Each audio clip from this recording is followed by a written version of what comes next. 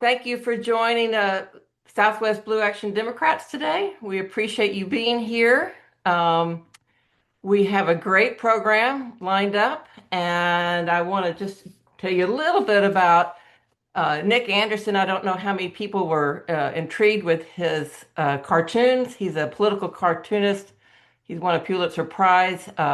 He was gracious enough to let us use his cartoons for that slideshow. I appreciate that. So, in the chat, I think we're going to have his, if you want to subscribe to his Substack, I think Danielle or Terry is going to be put there. You go. That put it in the chat, so you can do that for free, or you can subscribe to his and pay him a little money. But he's got some great cartoons out. Obviously, with the Trump administration and everything else that's going on, he has a lot of fodder to work with.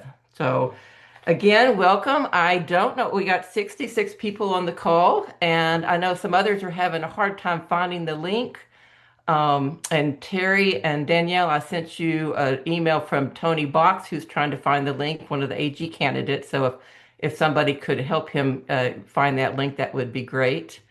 Um, so if you would like to rename your frame, you would just click on your own frame, and on the top portion of it, there's three little dots, and you click on that, and you can rename yourself. And we would love for you to either put where you're, if you're from what part of the county you're calling from, or even what part of the state. If you'd like to put in the chat, we'd love to see you put your chat, put your name and your precinct or what part of town you're in. Maybe even say why you joined this call. We appreciate you being here. Um, let's see if I can get to my screen to see. So Danielle, if you don't mind moving on to the next slide. So, as you probably know, Blue Action is a totally volunteer organization. The Lisa chapter is. I am the current president because nobody else would do it, so I had to step up.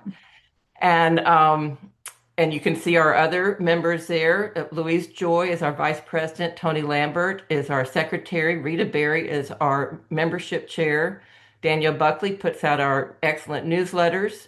Sharon does our social media, so you're on Instagram and Facebook and Twitter. Um, we have Terry Cohn, who is our past president, who is our VD volunteer voter registration guru. She does a lot of work. Laura Gore, I don't know if she's on this call, but does our apartment outreach when we're doing our lip drops. Karen Cox does community service. So if you have a project that you think that she should be working on, please let her know. And postcard writing Nita Hansen, who may or may not be on the call, she said she was having some difficulties. But we do meet at Doc's, and we'll start that up again at Doc's backyard and do postcards. Try to encourage people to look to see if they're currently registered at their address. So for anybody who's a precinct chair or a lead organizer, will you wave your hand at me? Anybody a precinct chair or lead organizer? All right. And we also, if there's candidates on this call, we plan to allow, after our main speakers, we have all three of the Attorney General candidates will be on starting a little close to 2:30. And we will allow the people who are running for office at the end of the meeting to to come off speakerphone if you'd like to, and just say your name and what position you're running for. Um, I think on to the next slide. So Ben Wilbanks, who's on this call, he is with the statewide Blue Action, and every Tuesday from 6 to 7, he runs an excellent hands-on training on the Reach Progressive app. And I tell you, it is a lifesaver for those, if you're trying to figure out somebody's name, you can use it for that. Or you could type in an address and see who's new in that neighborhood. So again, there's a Mobilize link, and you can just go to Mobilize and find that there if you'd like. Oh, cancel. Okay. Um, one of our projects is we have seed packets full of bluebonnet seeds. You would be welcome to reach out to me or your precinct chair if you know of somebody that's new in the neighborhood. We are putting those together with voter registration cards, and it's just a simple way to go over and meet your new neighbors and say, I hope you'll become involved in our community.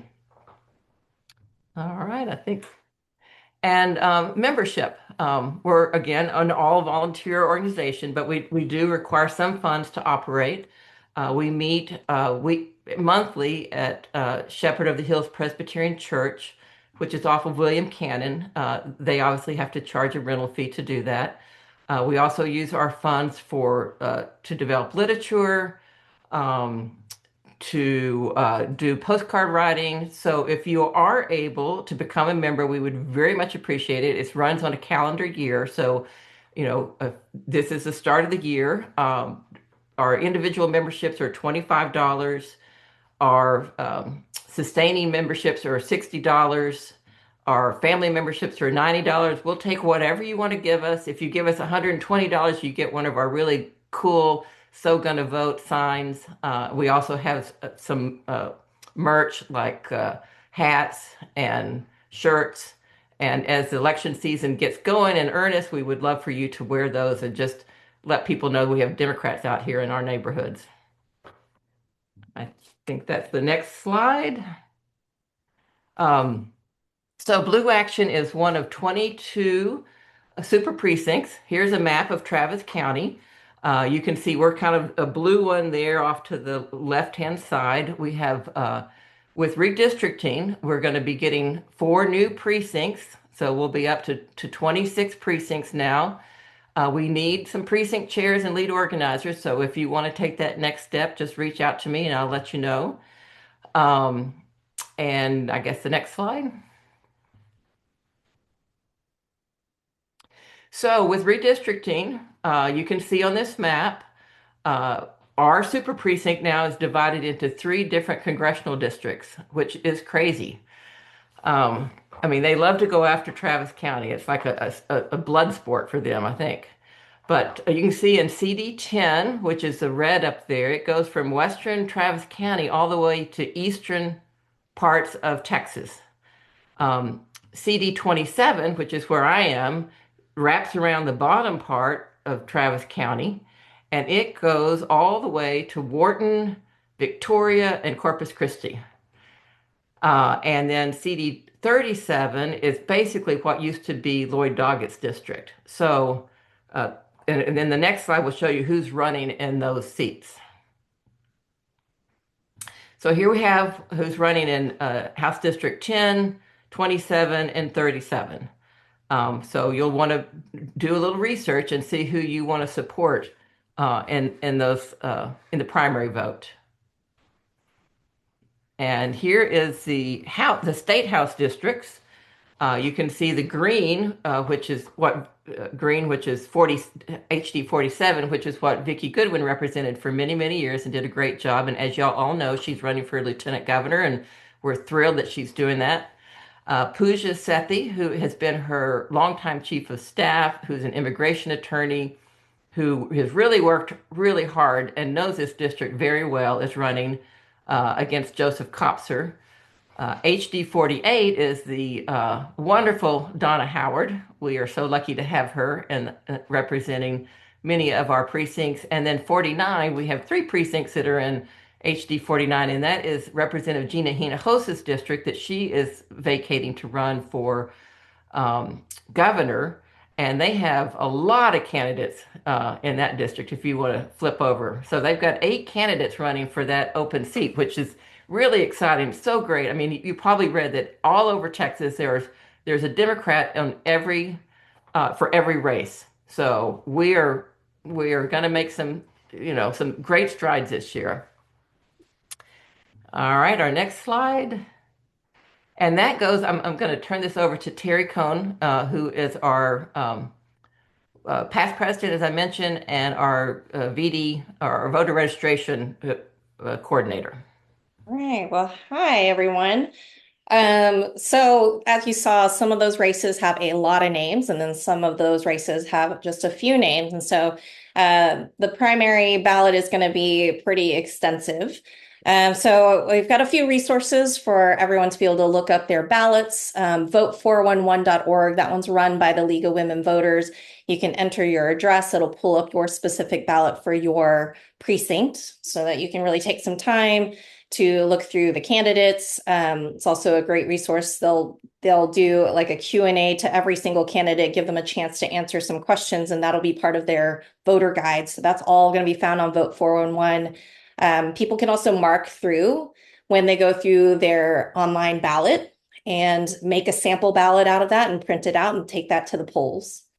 TravisCounty.gov is our go-to resource for everything that's local to us. So they can also pull out a sample ballot from there, and you'll enter your information, your name, your birthday. It'll pull up and make sure that your address is still up to date, that you are still, your status is good. Nothing says suspended. You don't have to go fix anything with the county.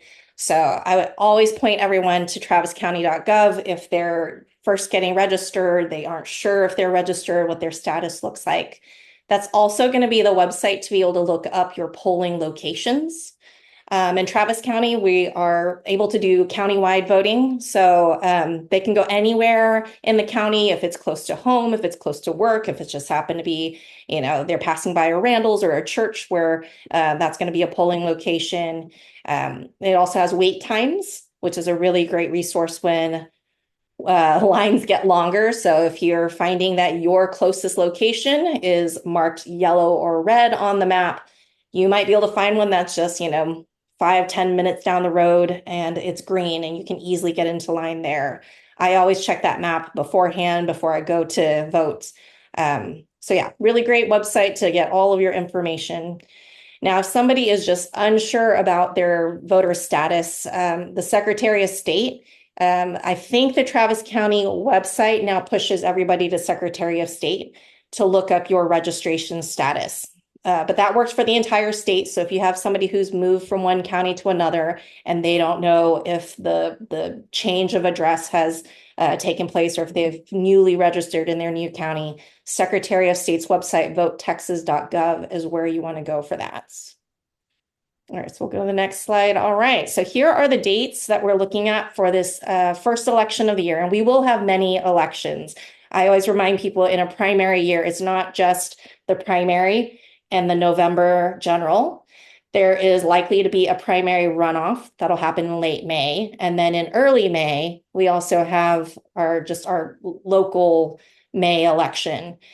Potentially after the November election, depending on if it's a race that is nonpartisan, so say it's a city council, mayor, that kind of situation, there might be a runoff after that. So potentially, was that 1, 2, 3, 4, potentially 5 elections in one calendar year. So we got to really stay on top of the dates. So for this March 3rd primary election, they've got to be registered to vote by Monday, February 2nd. We will, and I'll talk in the next slide about where we are doing some local things here in South Austin where you can help out with that.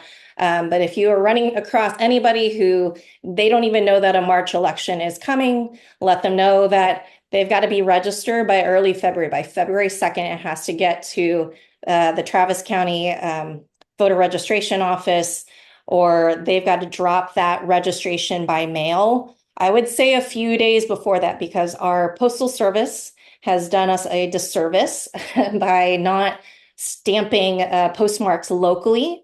A lot of the mail is now going to be processed at a central location, so that might take an extra day or two before that mail gets postmarked. And there are very strict rules of postmarks for registering to vote, for applying for a ballot by mail, all of that. So keep an eye on those dates. If you're doing anything by mail, you know somebody who's doing something by mail, get them ahead of time a few days early.